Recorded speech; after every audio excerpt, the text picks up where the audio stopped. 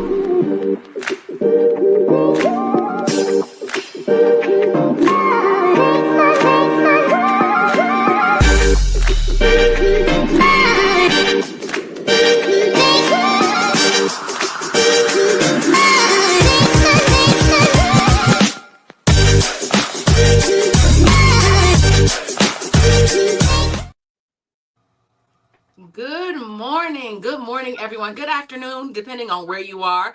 Welcome to Fly Nubian Money, where we help you master your mindset and maximize your money. I'm Tierra Williams, also known as Miss Black Hollywood. And y'all, today I found a topic. I found a topic every day, but today I found something that I thought was super interesting. How the whole phase and the black male promiscuity are keeping black people poor. So we're diving into this conversation and the pressure to conform to sexual stereotypes and we're talking about how the pressure to conform to sexual stereotypes are draining our emotional and financial resources. For black men, the player image, and for the black woman, the expectation of a hoe phase are often seen as rites of passage, but they come with an emotional burnout, health costs, and missed financial opportunities. We'll explore how these societal pressures are keeping us stuck in a cycle of financial instability and why it's time to change the narrative and start building true wealth by prioritizing mental health, stability, and real empowerment. Let's get into it. Now, I can't have this conversation by myself. I have some wonderful, beautiful, amazing queens with me today. If you don't know these ladies, let me introduce you to them because they are here every Wednesday. But No Malenga is here. Am I pointing at you? No Malenga is our M3 is what I call her. M3 advocate. It stands for marriage, motherhood, and money making. Below me, I have my sister friend and my sister in real life, Vanessa Gopal, who is an entrepreneur. I have one of my favorite therapists, if not my favorite therapist in the house, Felice Britt Hightower. Felice Britt Hightower. Or do I have it backwards? Hightower Britt, right? Yeah. Yeah. Okay. All right. So I have everything that I need to talk about this conversation. How are you ladies doing today? Y'all can give me a thumbs up, a little wave. Y'all can say hi if you want to. Everybody is good. All right, so let's get into it. So what do you guys feel? And let's just, before we run the video, I just kind of want to get your initial thoughts on whole phases, male promiscuity, like that whole idea and how it affects the black community. I'll start with Nomalinga. You had to start with me. Hi. I did.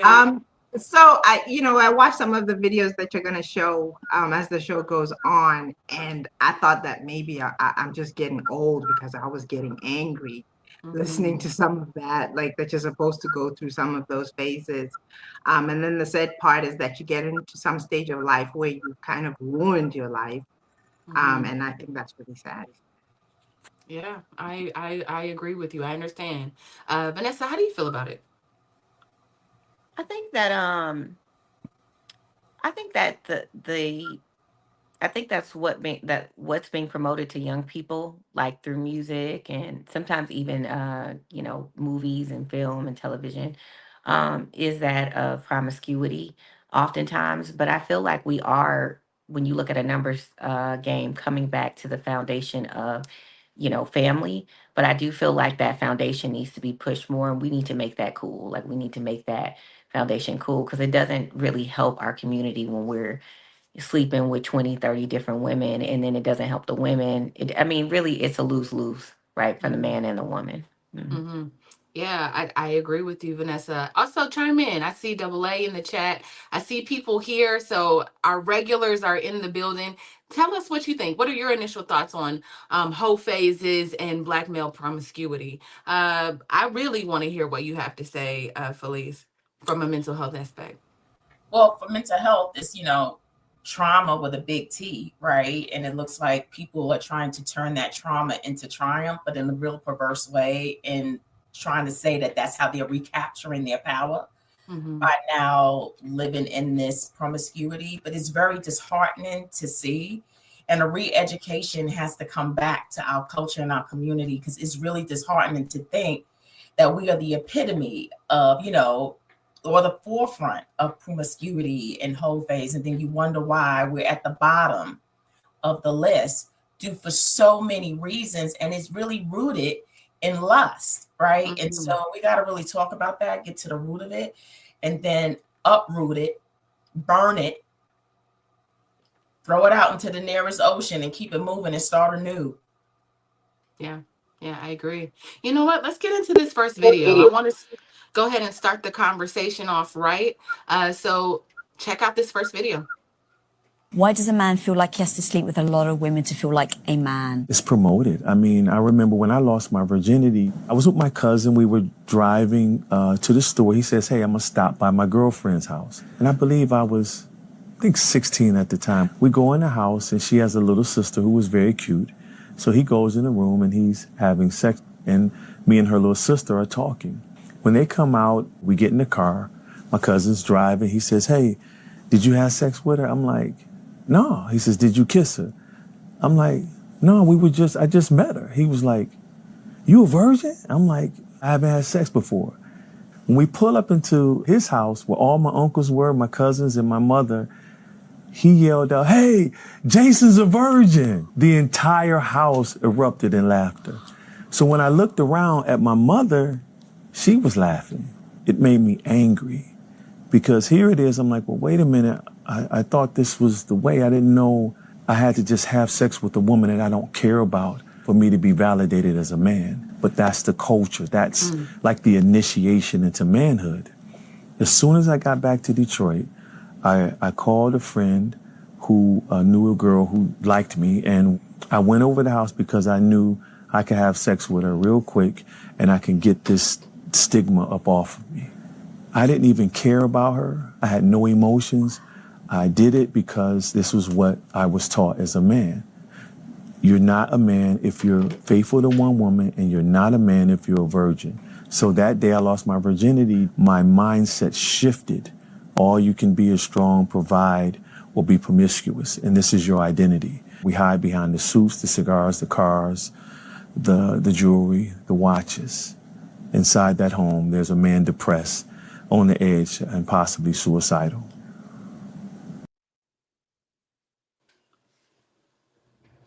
Ooh, ooh, y'all. How does that make you all feel? Like, I just want initial responses. I'm going to start with you, Vanessa. What did you think about that video? That is really interesting. When he said his mama was laughing, I thought, well, damn, what type of family, what type of family? That's my initial thought, because I just can't really imagine that being a laughable moment.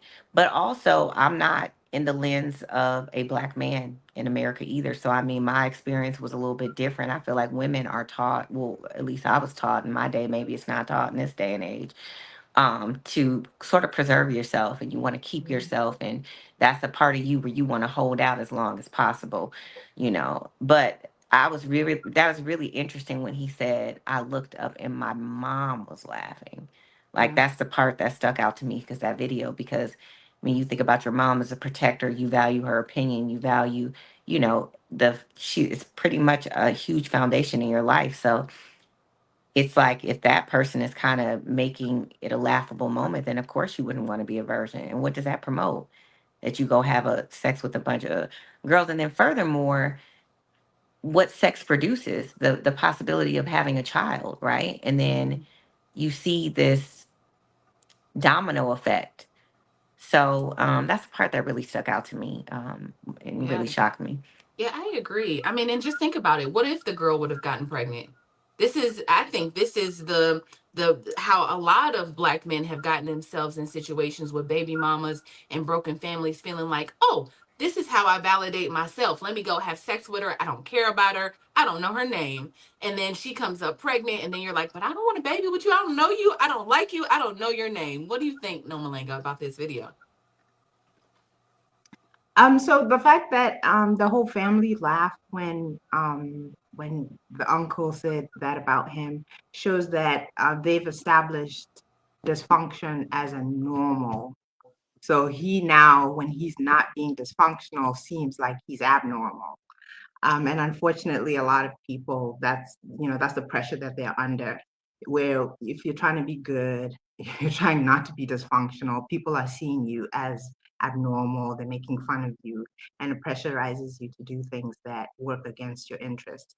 And I also think it's interesting that we talk about emotional and financial, the ramifications of it, but you also have spiritual, and you can, in the physical, you can put on protection or whatever, or have prevent pregnancies, but there are things that you cannot prevent because there is no protection and you're wide open. And it's very damaging. Mm-hmm. Yeah. You know, it's so funny. And even as a 40-year-old woman, right? I have spent a lot of years celibate. A lot of my adult life, I've been like, I'm not having sex with nobody, right? Unless I'm in a committed relationship.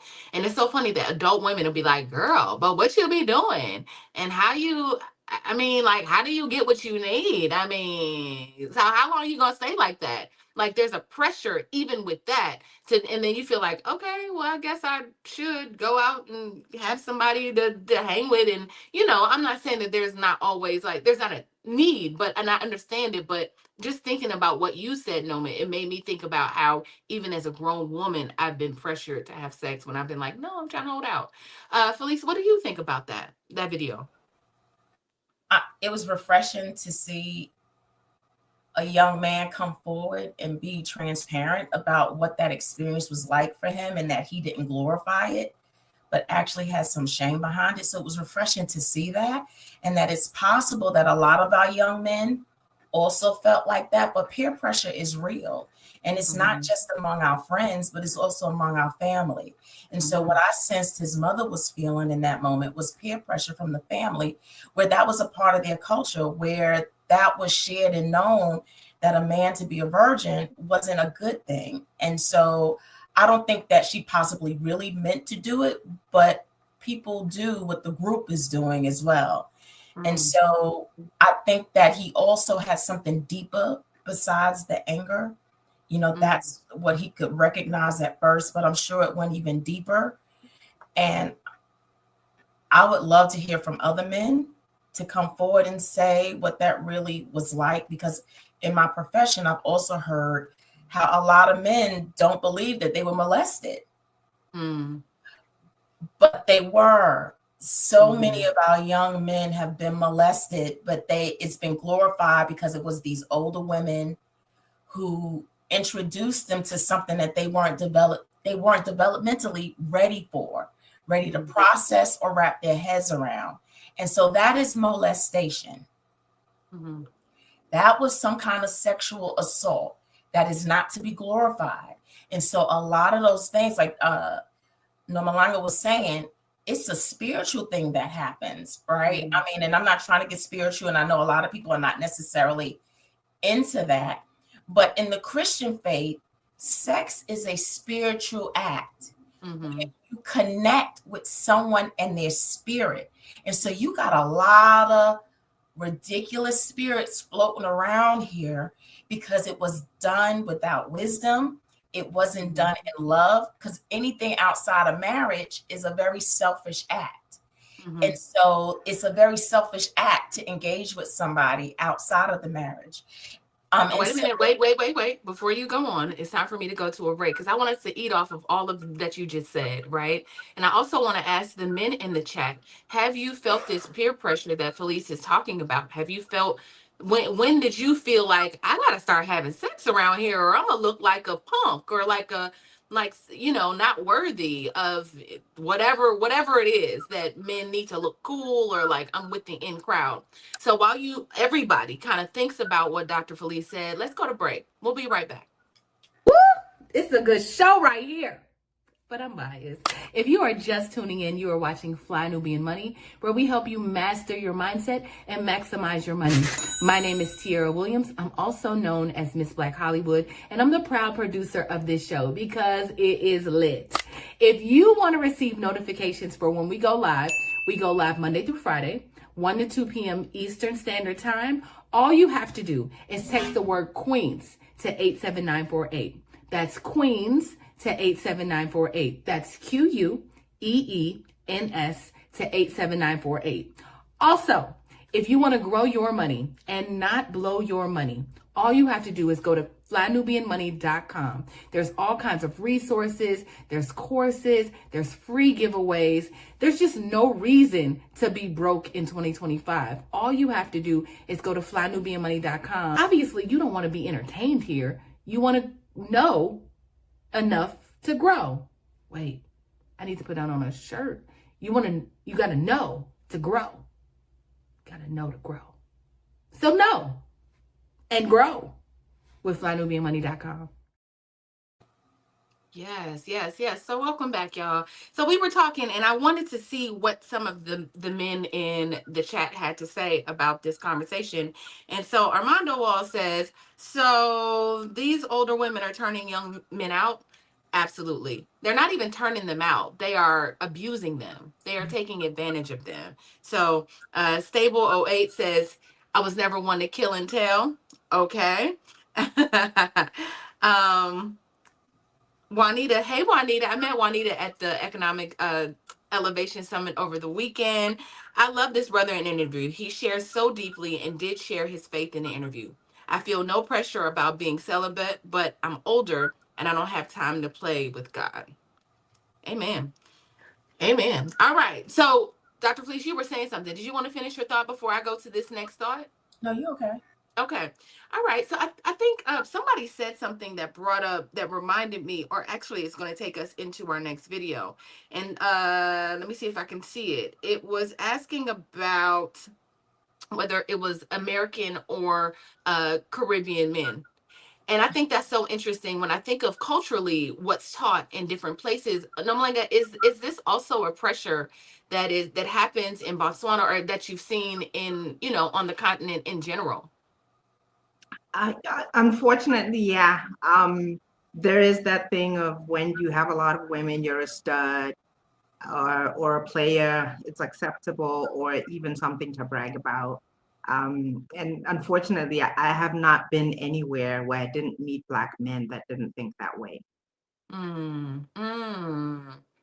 Where did it come? I mean, listen, I know. Can anybody tell me, like, the inception of this whole idea where we stepped away from the idea of family? I know if I talk to some men, they would say, "Oh, it's not normal. It's not natural to be monogamous, and it's normal for everyone to have variety because of the way the animal kingdom is set up." What are your thoughts about that, Vanessa? I just think that celibacy and faithfulness is a sacrifice. It's not like it comes naturally. Like, we all have biological urges to even go out and do things sometimes. It's just, but I think it's the commitment part, and the thing that's bigger than that is understanding that the foundation of family is built upon this very important thing. So you redirecting and doing your own thing and going this way, that way, is really messing up the community, the foundation of family, which is so important to the culture. So I feel like it's natural. I agree. I think it's natural for when you're at a certain age, or throughout all the ages. I'm in my 40s. Like, people get horny, like they feel like they need to be sexually pleased. You want to have an orgasm. Like, that's a very natural thing. But I think the bigger thing is having the willpower to understand that, I don't have to give that to everyone and lay down with anyone. And that's a special thing, and that thing can create or make a foundation that's way bigger than me, right? That's way bigger than you know, because you see it in other cultures. And I'm not saying, because I feel like we were talking about the Black community, but white men cheat, Indian men cheat. You know, I think it's a global thought process of like having women gives you this this whatever macho-ness or this coolness, and you get certain men that kind of understand, like, you know, we see Russell Williams, everybody be like, oh, you better get Sierra's prayer. But I feel like those are the things that we need to be promoting to our boys and our women. Like, that's cool. You know, I love when I see social media posts about them, or about, you know, people that are with their, especially younger people that are married and in committed relationships, you know, Steph Curry, Aisha. I love that because I think it promotes the coolness and the foundation of family, because it's so important. So I mean, I just think it's bigger. It's a sacrifice, and it's just something that you have to be disciplined in, right? Yeah. Because it's bigger than you. Even though it's a natural thing, right? I could go out. I'm married. I could go out and have a moment, be at a club, have a drink, and be, you know, just, but it's a natural thing to feel a certain way, but it's also a order of discipline that needs to occur in our community, that we understand that this one thing shouldn't create the type of effect that it's doing in our community. Yeah, I would like to go to this next video, and I want to get your thoughts after that, Dr. Felice, about you know, just more on this topic, obviously. But I want to ask you a question based on this video. Go ahead and roll that second video, please. From our culture, it is expected that you need to have a side piece. Why, Davian? In our culture, if you don't have a side piece, something is wrong with you. No. Tonio, No, don't look David. at me and tell me, say, yo, if you go to your bridging them and say, yo, man, they not ask, you know, where's your girlfriend? Them say, how much girl you have? How much? How much? Is a expectation, yes. It's a cultural expectation. And, but hold on now. And on the other side, the women, sometimes, them expect you to have multiple women as well. I will agree with that part. And one thing is that I've had experiences where, for example, a girl will not want you if she see that other girls don't want you. See, when she see that other girls want you, I guess it means you have something desirable. It means other girls want you. I love that. So, Dr. Felice, what do you say? What do you say about this? Like, there is something to be said about seeing somebody who might be a nerd and be like, he is, and then you see a girl surround him, and it's like, well, maybe he is cool, or you got to wait for validation from other people. What do you think about that video? I think it also stirs up the challenge side of us, because I think the men do it too. Like, all of a sudden, they don't necessarily find the one they're with that interest in, but as soon as somebody starts sniffing around you, it you know, the challenge comes on. He's like, okay, and you turn into a possession. But I also think that it's a sign of immaturity, right? A lot of times when we're younger, and you know, I'm going to attest to that. And part of my immaturity, it also came from the trauma that I experienced and the abandonment that I felt around my dad, right? And so I was looking for my dad in other men because I didn't know the full story. I didn't have full understanding about all of that. And so I glorified certain aspects about my father because of the lack of information that I had. And what did I do?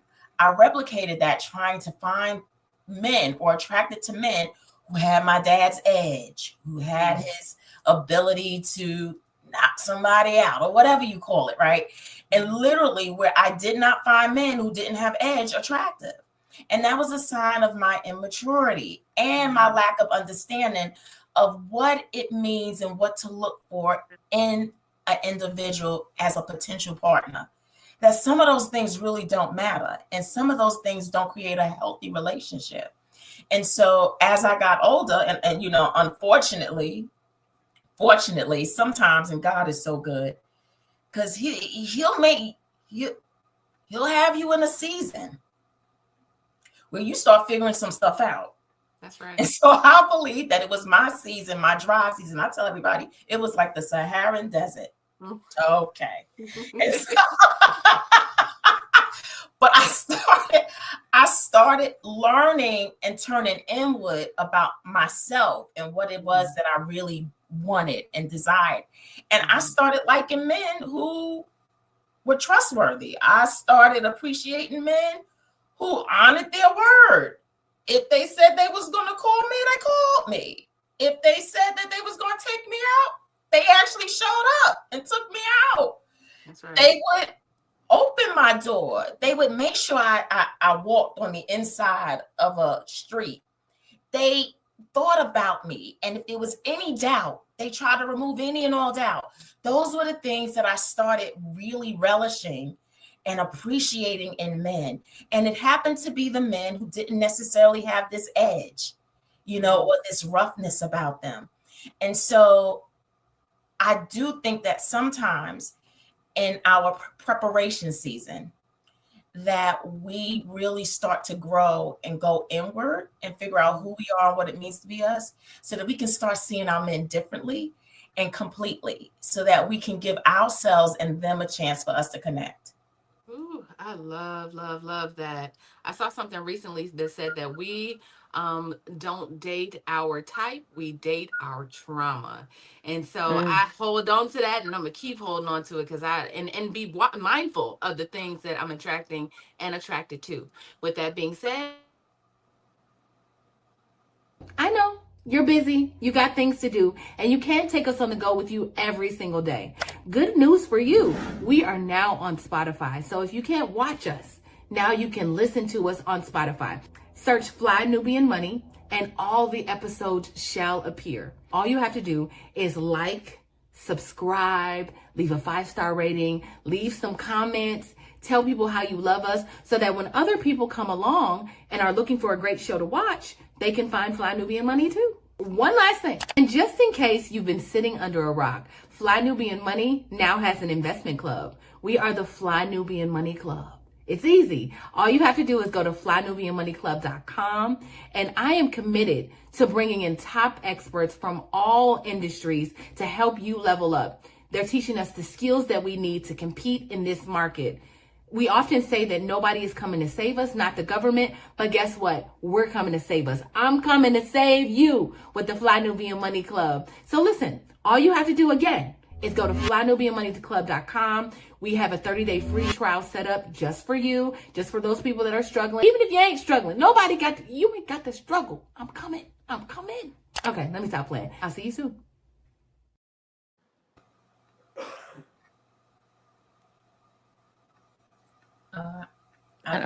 He's coming back.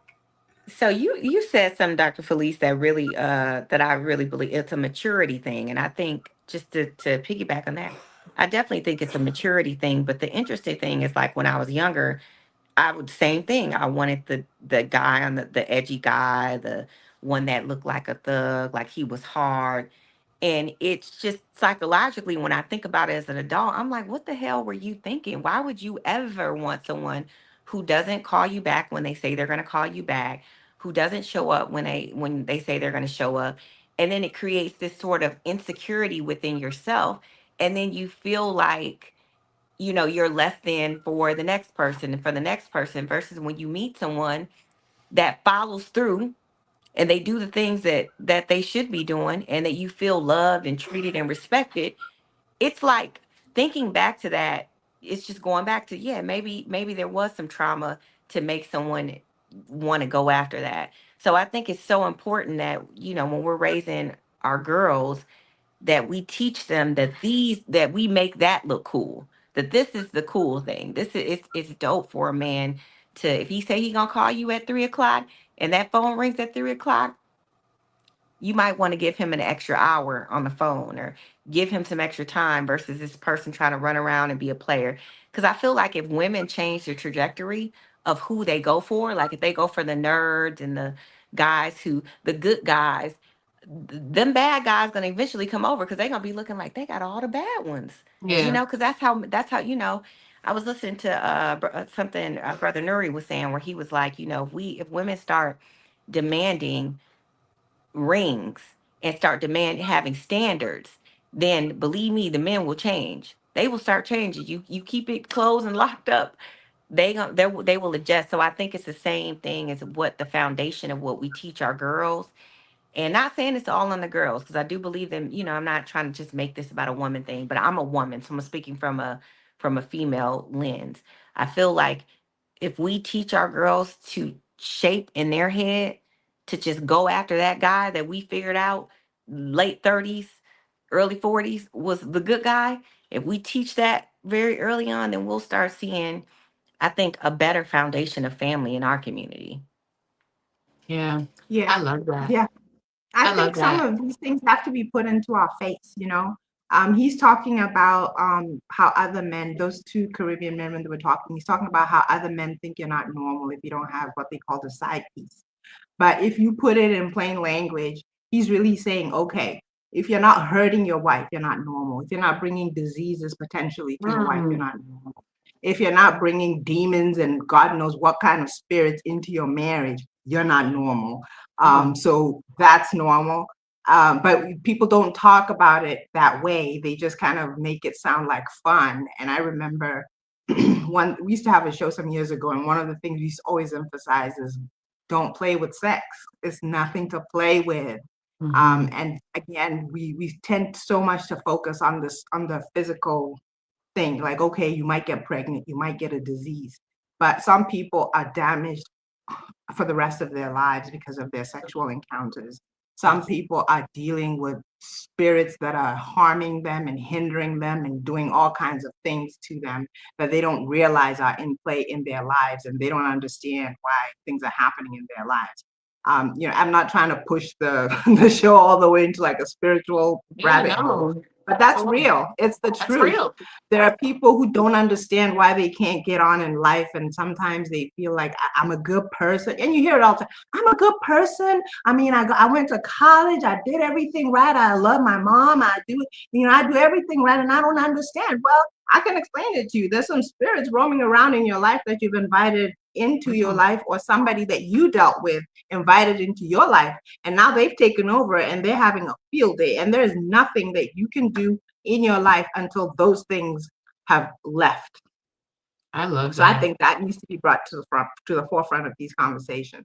Yeah, soul ties are real. I mean, I watched a video that scared the life out of me a couple years ago, and it basically was just saying, like, every person that you allow into your body, their DNA stays in your body for a certain amount of years. So even if 15 years later you thinking like, oh, I'm over that person, there's a piece of them that is still in your body. And so we really never and we are never unconnected emotionally from that as well. So what you're saying is absolutely right. I want to go to before I go to the next video, I want to go to a few stats. Let's go to those stats. All right. A 2020 study by American Psychological Association found that 60% of Black men report experiencing mental health challenges related to societal pressures surrounding masculinity, including issues tied to financial success, promiscuity, and emotional expression. Can we hold back really quick? Because this is a mental health slide, I want to get an idea, like, what are some of those pressures, like, right? So I feel like it's very it's all connected. Let me get my thoughts together. It's very connected, right? In the sense where if you spend most of your time running around chasing women and all you can think about is your next, your addiction to sex and maybe alcohol and drugs and whatever it is, it kind of puts you in a place where you can't really level up financially. You can't really kind of get to the bag and get to yourself and be whole, because you're so distracted by all the things, all the pressures. Dr. Felice, what do you say about that? So where your focus is, that's what grows, right? So his focus isn't about building legacy and building wealth. So that's not where his actions are directed towards, and so that doesn't grow and it lacks. So what does grow is his addiction and her addiction. And so you have to come back in. First of all, you got to seek out help, right? Because sometimes it's just some things that, and when I say help, I mean, I believe in the ultimate power, like God, first and foremost, and then the people that he puts into your life to be a help to you, which are counselors, therapists, doctors. And so go seek some help professionally that will give you tools, right? That would help you to regain focus, clarity, introspection, self-awareness, right? Because a lot of times people are doing things like Norma Longo was saying, where they said, I'm a good person, I just don't know. Well, there's somebody who can point you in a direction that will help you to start knowing, that will give you an idea about where to start, what tools you need to get you on the right track. And then you need to surround yourself around like-minded community, people who are doing and going in the same direction. Because what happens is that the healing that you're beginning, the universe is going to test you, is going to say, okay, so you say you want to be healed, huh? And so you're going to start getting tests, and tests are not always bad things. Tests are just to give you an idea of where you really are. And so you want to surround yourself with people who are going to help you pass your tests, because you will get distracted. You're going to get those people, those familiar spirits are going to start roaming around you and saying, hey, here I am. And they look good. They smell good. They're familiar. We always have to fight going back to the familiar. Yeah. And so you got to surround yourself with people who be like, girl, let's go. We're going to go here. We're going to do this, so that you can stay on track and pass your test. Because when you flunk tests, you get discouraged. And you believe that it doesn't work, but it's not true, right? It does still work. All you got to do, right? A just man falls 7 times. And what does he do? He gets back up. So you got to dust yourself off, and you got to get back up, and you got to do the tools. You got to do and stay with the community that's going to encourage you to keep going to your next level. You said so many great things. You said so many good things. I want to sit on that for a second. It's so good. So good.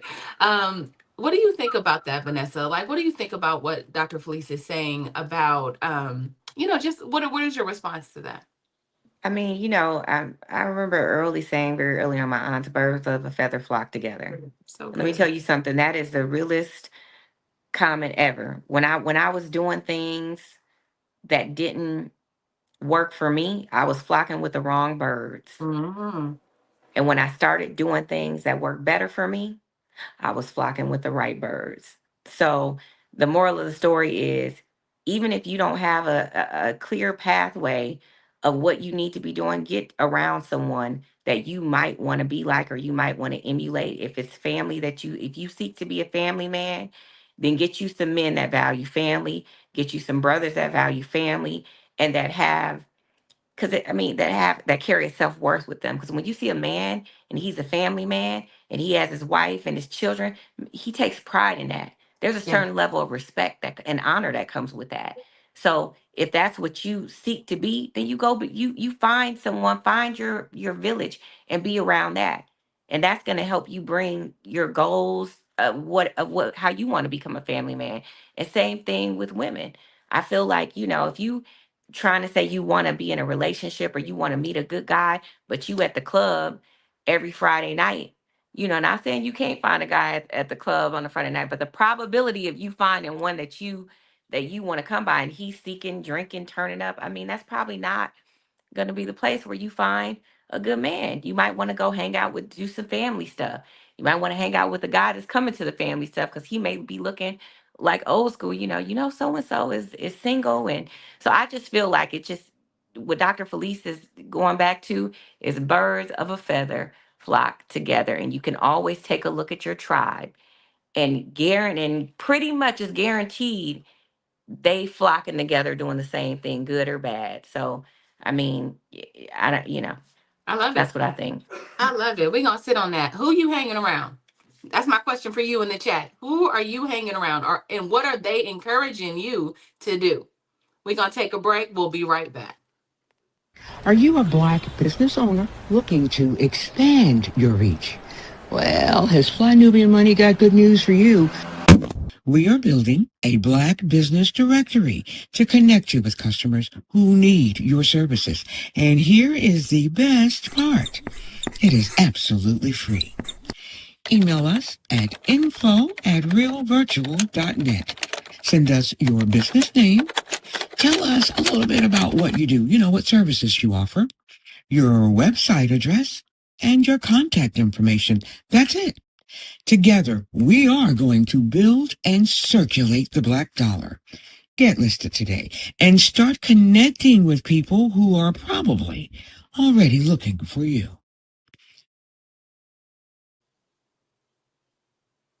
Yes, I welcome love back. Gwen's Welcome back. voice. Yeah, I know, right? That soothing voice. I need Gwen to make me an affirmations video just like that I can listen to every day.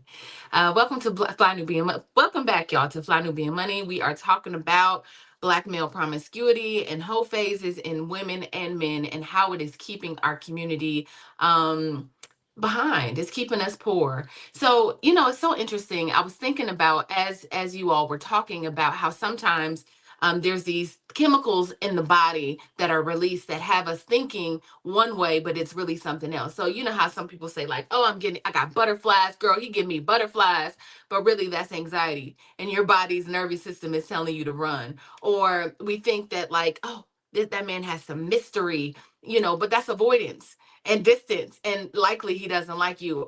And this also pertains to the men too. I'm not just talking, but I'm talking about from a woman's point of view. Sometimes we get caught up in choosing those types and doing that because I think in the body is telling you one thing, but really it's telling you think it's telling you one thing, but it's telling you another. Let's go to this next video because now we're gonna talk about the women. We're gonna talk about these whole phases and what it means and how we can do better. Let's go to that next video. Why y'all gonna assume everybody in the club is hoes? But I don't think that's what they're saying. You don't think everybody's a hoe at one point in their life, though? No. No. 95%. No. 99. I just wanted to hear the answer. Not at all. I agree with Amanda, and it is not no 99%. Damn. What is She's not damn. That's what. Maybe. Let's see what Google because we know Mary ain't never been no hoe, right, Mary? Damn right. That Marie that used to wear them little skimpy outfits. But that doesn't mean Skimpy outfits. Okay, so Somebody bring the throwback picture out. I want to see that. Bam. Okay, so because I wore a skimpy outfit, I'm a whore. Whoa. You say whore? I like that. Different. Tell her about your good body. She could wear a skimpy outfit if she want. I be wearing skimpy outfit. My body looks good. Why can't I wear? That does not mean I'm a whore or I'm a hoe because you find me in the club with my cheeks out. First of all, whore and hoe is different. Like If you got it, All right, but hold on a second. But what does hoe mean? You're talking about somebody who is, Hoe is life. a promiscuous Like you, person Riley. who's having sex That's a with- whore. Yeah, that's a whore. A hoe Okay, and a hoe so is different. Define Yeah, what's a hoe. What is the difference? What's a hoe? Whore and hoe is different. Oh, please define. Like, a whore is guaranteed fuck. It don't matter where she go. Oh, wow. She's getting fucked. Did she dress promiscuously and whatnot? Of course, You but don't have to though. yeah, but like, You gotta be you could That's dress. what don't I'm have to wondering. So is it more of an appearance or like? no, Tatiana. it doesn't matter where she go. Somebody hitting it. Okay. Whore. And what's a hoe? A hoe is one that could, be promiscuous. It's a potential.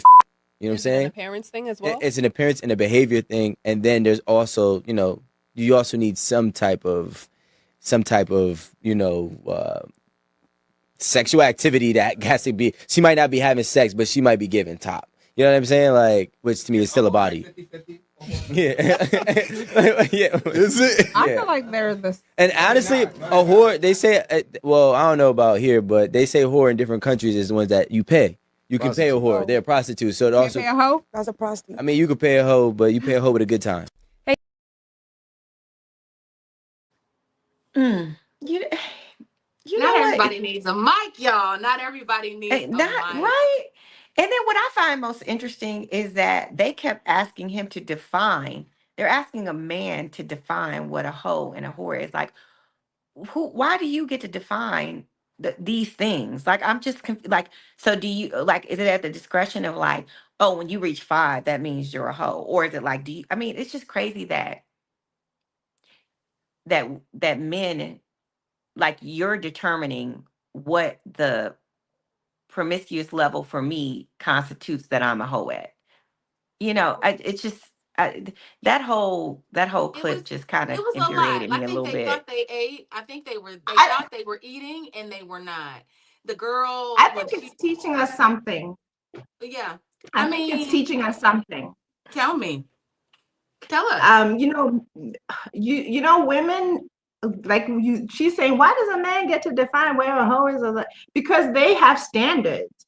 They will decide, they will sleep with 100 women and then decide, well, when I marry, I want a woman that's XYZ, and he will stick to that standard, right? So he defines for himself like what's appropriate, what's not appropriate, what's this, what's that. Whereas us women, we're more open to we're more open-minded in terms of what we'll accept into our lives, which is why it's very, very important for us to, the two ladies have already said it, like, okay, as I matured, I realized that, okay, what I thought it was exactly the opposite of what I should be looking for in terms of a decent partner and so forth. But men have it down packed. They know, like, they'll look at a girl and think, I'm just gonna hit it and quit it. They'll look at that one and say, oh, she's a nice girl, but I'm not ready for commitment.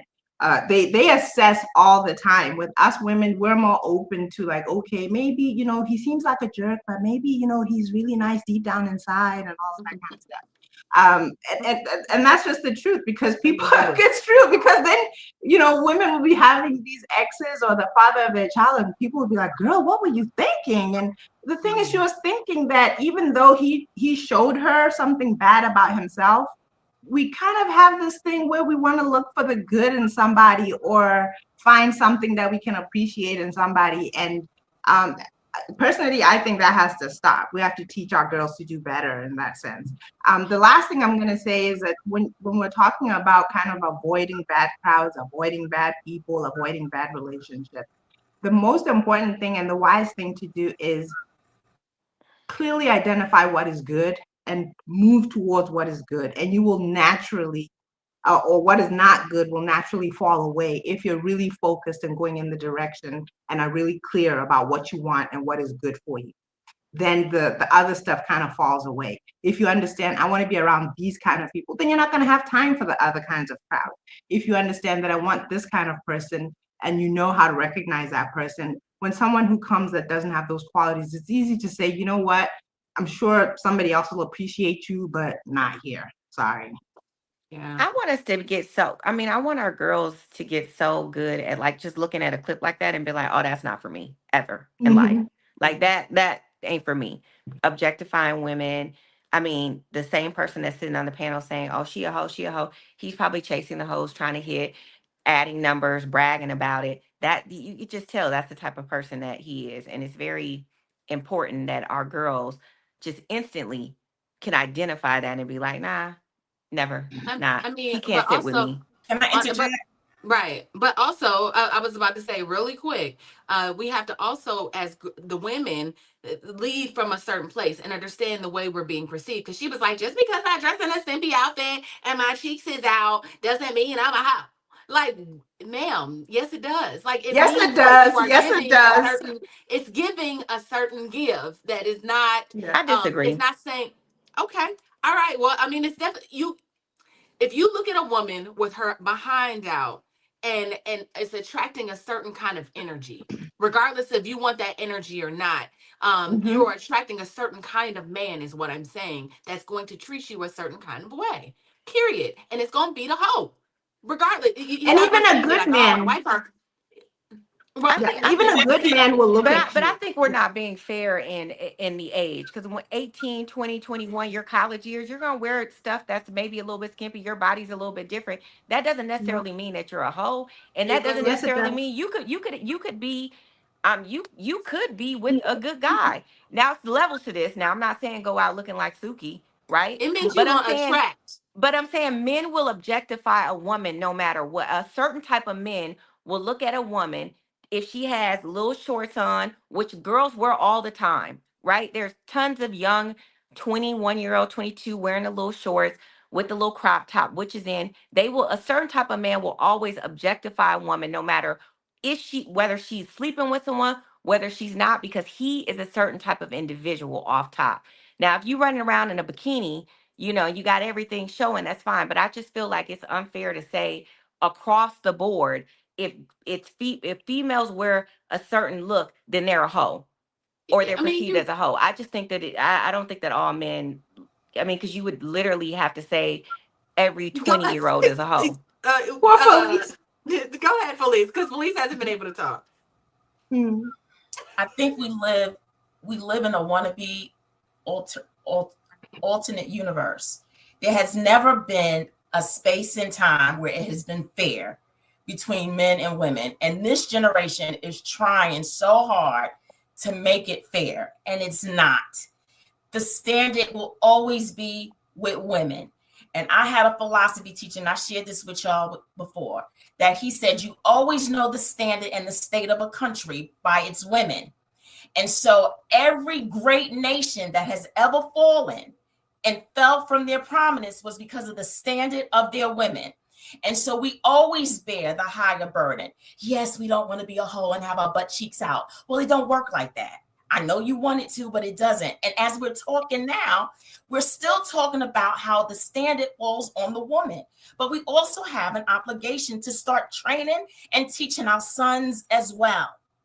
And we have to start telling our sons how to be respectful of women. And that what you necessarily see may not necessarily be them. It's a representative, but it's not their true self. We could also say about the men with the flashy gold and the cigars, but that's not really them. That's their representative. We could say the same thing, but the standard will always fall on the women. And if you want to live in an alternate universe, please do, but it's not here. And so it does fall on us. So we have the greater responsibility because we are the ones that are going to hold the baby for 9 months, not them. But you don't see us charging the throat saying, can we get men under 18 to get vasectomies? We're not doing that. The standard will fall on us. No, it's not fair. Well, welcome to unfair, because that's it. And if you don't want to be a hoe, then don't go out with your butts out. If you don't want people to perceive you at all. Yeah. If you don't want them to perceive you, now that's perception and reality, right? We play with that. But that is the deal. If you go outside and your buttocks are showing, you're going to be judged, not just by men, but by women too. Is it fair? No. Is it the truth? Possibly. No. But you have to pay the price. And you know that before going out. And it's attention that you're seeking. You're wearing your butts out because you want attention.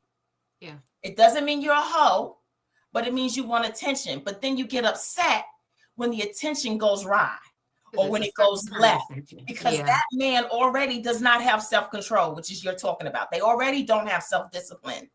And we're not helping them to get self-discipline when I go out with my booty showing. So I'm just saying that we all have a responsibility. We as women to understand that our bodies are beautiful and holy temples, and that we must represent it accurately. And that if we want it to be treated with respect, we must first show ourselves respect. And I don't know how you tell me that I'm a beautiful Black queen with my ass out. And that is respectful to myself, even if I'm 18. Because as a good mother, Vanessa, which you are not going to tell an 18-year-old. No, I'm not telling. See, that's the difference. I'm not. Now, I'm telling my daughter, I don't want you going out with your ass out. But what I'm saying realistically is that there's an age category where girls just wear shorter skirts, where they wear skimpier stuff when they go out. We're not talking about Suki. I'm not talking about Suki. I'm not talking about, but I am just talking about a type of men. The type of a man that is like sitting on that panel will objectify a woman just in what is a normal, maybe fitted dress for a girl just trying to look pretty, or a little 20-year-old wearing little shorts like we all do. Like, my niece wears cute little shorts, right? But it ain't nothing fast. But I'm saying a certain type of man will always be an asshole in that sense. And that's what I feel like we got to teach our girls not to look for that. Now, I'm not talking about you walking out in bikinis, but if we're being honest, when you're going to college, when you're 18, 19, 20, I'll tell my daughter, I don't want you wearing this till you blue in the face. But I know she's going to she ain't going to go to the club in no burqa. Like, I know that. But I also feel like if you have self-value for yourself, and you have expectations and a level of self-respect for yourself, then it don't matter, because you gonna pick the right type of guy anyways. You don't really care about what it is, somebody's perception, or if you ain't sleeping with the person and you want to wear your little skimpy dress and go to the club and have fun with your friends because you 21 and you in college, but you doing what you got, you doing what you supposed to do, you getting good grades, you whatever, you doing what you supposed to do, and you have self-value and self-worth. I just feel like that should be more focused on than what females wear, because we can also look at these countries with women dressed up head to toe, and they getting they're not respected either. So you can go from far range to you can go from far right to far left, but I feel like there's a balance. We can't just say it's all in the way that women dress, because young women are going to dress like young girls are gonna wear their little short skirts. Can you admit this though, y'all, that there is, in this day and time, I think women are trying to control the narrative. And so they're trying to take the power and give themselves and empower themselves, but they're doing it inaccurately. It's not a fact that they are wanting it to have, because it's not meant to, right? Your power is intrinsic. It's not necessarily outward. And so you trying to get your power back by having your butt cheeks out and be able to sleep with as many men and top the men that the men are doing. Well, not sleep. I didn't say sleep with. I'm just talking about dressing. No, I'm just saying. Okay. Well, okay. This is good. I'm gonna wrap this conversation up in a minute, and I want y'all to save those thoughts for your final thoughts. But I do want to just say really quick, Dr. Felicia, I was gonna say that, when we look at the Megan Thee Stallions and the women showing up with like sheer outfits on with their titties out and their butt out. You can see their butt, you can see their breasts, you can see every part. There's nothing left to the imagination anymore. And so I think a part of that has come from, back in the 90s, we used to say, like, rap songs used to be like, oh, that bitch, that hoe, bitches ain't shit but hoes and tricks, and all of these things. I think at some point the women rappers was like, I'll take it. And I'll start calling my friend bitches. And I'll start calling myself a bitch. And I'll start dressing like a hoe. And I'll call myself a hoe. I mean, literally, there's women that be like, I hear women calling each other hoes and bitches all day. And I think it's just something to be said about the way we've been trained. And so let's go ahead and actually let me look through the last bit of these stats, because my producer is gonna kill me. My co-producer is gonna kill me. So I'm gonna read the stats, and then we're gonna go to final thoughts. Okay, a 2019 report by the Media Insight Project found that 65% of Black women felt societal pressures to perform sexual and relationship norms promoted on social media, leading to emotional strain, anxiety, and financial instability in both personal and professional lives. Okay, according to somebody, because I can't see it because something's in the way, Black women are more likely to experience emotional burnout when expecting to conform to sexual stereotypes like a hoe phase. The pressure contributes to a higher likelihood of mental health issues, which in turn affects financial decision making and overall well-being. Is that it? Okay. According to the National Institute of Health, shows that the stress of conforming to societal expectations of masculinity, including promiscuity, directly correlates with financial instability, leading to poor decision making regarding money, investments, and savings. So my final question to you all, and you can kind of wrap this into your final thought, and also tell us where everyone can find you and where you are and what you're doing. I guess the question is this: if this is affecting us and if this whole phase or toxic Black male promiscuity, or men feeling like they have to be the player image and all of that, how do we take this back? How do we roll it back? How do we reclaim and become a community that can focus on things that are just not sexual, and whether she's a hoe or not, or whatever that is? Like, how can we kind of reclaim and really just like restore what's most important, which is probably family, having real value, so how do we do that, ladies? I'm gonna start with you, Nomalinga. So when we were on the conversation about whether, it's okay for butt cheeks to be out and whatnot, one of the things that I wanted to say was, if we can expand the conversation a little bit and not rely on an 18-year-old or a 21-year-old to decide for themselves how they represent themselves. There should be a standard set for them in their family. And ideally, it should be by their parents. And I know for a fact there is no father who's going to say, go on out, baby girl, take out those cheeks. It don't matter. If he's a good man, he'll know that your cheeks are out, but actually you're not a hoe and all that. No, they want the child or their daughter to go out and represent them well. They want her to represent herself well.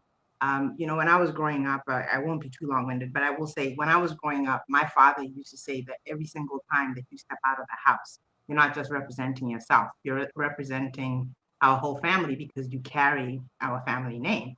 And that stuck with me, And then over the years, you'll hear people say, oh, you're so bougie, you're so prissy, you're so this. But it was coming from them recognizing that there was kind of a standard that I held myself to. And I think that's important for our young people now, that we establish standards for them as their parents, as families. And I think that goes a long way. Do they get into trouble? Do they do stuff? Of course they do. They're 18, they're 19, they're 20, they're away at college. They might make bad decisions sometimes, but you would hope that you set a standard where they know what is right and what is wrong and still come back to it. And I think that's very important.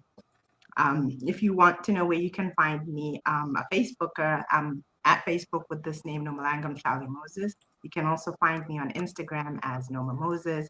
And I do also have my own YouTube channel under Nomalangam Charlie Moses. And then you have Pads for Our Girls. Yes, I do. We do have a charity that we founded here in Botswana called Pads for Our Girls, where we actually take care of period poverty. We supply sanitary pads for young girls who are poor or are in need. And if you feel compelled to do that, it's at padsforourgirls.com. You can go there and donate. Thank you. Thank you for bringing that up, Tia. Yes, please donate. Please go to Pass for Our Girls. It's important. I'm going to go with you, Felice. I know you probably have a heart out and you got to coach somebody. So I'm going to go here. Well, I think that we need to start rewarding people who are making really good decisions and choices, not only about themselves, but about how they treat another individual. We're all responsible about how we look out for one another, and respect should be key, right? Even regardless of what we wear or what we choose to wear, respect should be top of mind. So we need to start rewarding our boys, not just for being rough and tough and for being promiscuous, but for being smart, for being intelligent, for being kind, and for being respectful, and to really help our girls know that modesty is also sexy. That's not necessarily showing everything is that attractive, but kind of reeling it back in and giving them something to think about. That's just as sexy as well. And to have pride and respect for themselves and their temples. I am Felice Hightower Britt. I am the b.big.coach on Facebook and on Instagram. And if you go to my website, www.bebigcoach.com, you can set up a 15-minute consultation with me to see how and when we might be able to work together.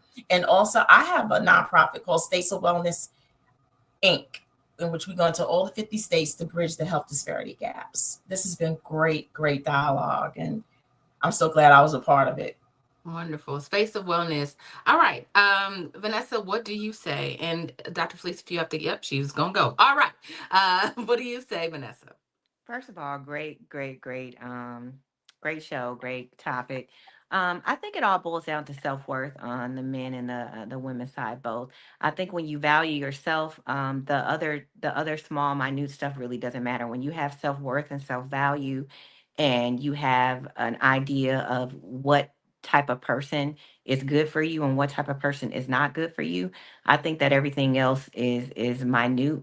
I think that women go through all sorts of phases, and I strongly believe that we shouldn't be expected or blamed for the way that men perceive or think about us. If we know our value, if we are holding up our self-confidence and we are pouring into ourselves the way that we should, then I think that we shouldn't be relying on a man to look at us and tell us what our value is. I think that it's quite the opposite. When women value themselves, look at themselves, and they treat themselves with self-worth and self-confidence, whether they're in a tight form-fitting skirt or 21-year-old, 22-year-old going through a phase, all that doesn't matter. I mean, I think that women are beautiful. I can look at beautiful women across the board who are married with children. I'll go back to Sierra. Sierra wears sexy stuff all the time, even before, she got Russell. So I just feel like women are beautiful. They're divinely, they're feminine. And I believe there's nothing wrong with showing that with respect. I'm not talking about going out in a bikini or a G-string or some of the more kind of crazier cases that you guys are talking about, like Megan Thee Stallion. I'm just talking about showing, if you want to wear a form-fitting dress or you have a little skirt on, like, you hear people saying it's the woman's fault. It's not. We got to raise our men better, and we got to raise our women to just not accept some of the BS that the men are throwing at us. So that's my final thought, is that it boils down to self-worth, self-confidence, and what you feel about yourself at the end of the day. Because if I value myself, then I really don't care what you think, because I'm just not going to put up with the BS, period. My name is Vanessa Gopal. You can find me on Instagram at VGopal. I run a construction company in Los Angeles. We do ADUs, driveways, all sorts of stuff. So you can find all my information at VGopal. I appreciate all the comments, all the dialogue, queens. And I will see y'all next Wednesday. Yes, indeed. Well, we thank you so much we thank you for joining us, Queens. I thank you for joining me. This was a powerful conversation. My final thought is really brief. I mean, obviously I came across this topic, and I thought it was worthy of a go round or a conversation with my queens. I feel like there is something about being distracted. There is something about not being, when you don't have all your faculties, as I've said before, when you're constantly caught up in when the next orgasm you'll feel, or how many women there are. It just made me think about what we've been talking about, how important it is to have parents in the home, how important it is for even myself to, as I'm raising a girl, to teach her that she is a prize, and I tell her these things all day long, that she is the one that will have to make a decision about who are you? Who do you want to be? I say that to you, to her all the time. Who do you want to be?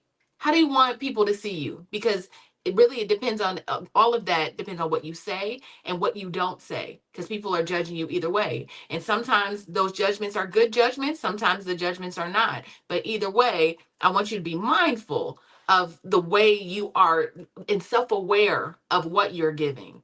And so those are my final thoughts. So to all of us, let's just be aware of what we're giving. What you're giving. What is what you have put on today? What is it communicating about you? Because people are definitely getting the message. So my name is Tiara Williams. I'm also known as Miss Black Hollywood. This weekend on Saturday, May 17th, I am actually hosting at the Fly Nubian Money Club, the art of story selling. I want to teach you. It's so funny because last weekend we were at the Economic Elevation Summit in Miami, and Dr. Boyce said something so powerful. He said, in order for us to be able to not be basically at the mercy of our economy and all of that, is that we have to learn how to sell something. So whether you're an entrepreneur or not, you need to know how to sell something. Now, I know, people are probably thinking like, oh, but I don't know how to sell. I mean, you don't have to be salesy. But if you have a story, and you can wrap that around a product, then you can sell. I sold a story this weekend about why I decided to make an album.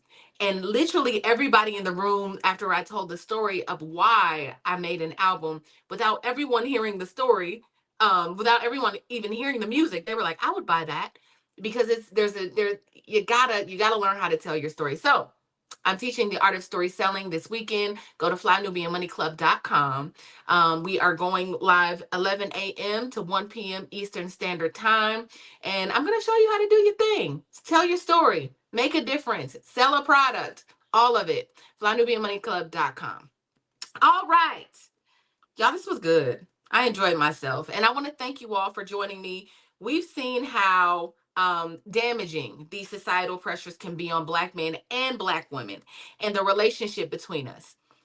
It's time for us to stop letting society dictate our worth based on promiscuity or the lack thereof. True empowerment comes from owning who we are without shame or judgment. Let's change the narrative around sexuality, relationships, and financial success. Until next time, stay empowered, stay true to yourself, and keep building the life that you desire. We'll see you tomorrow.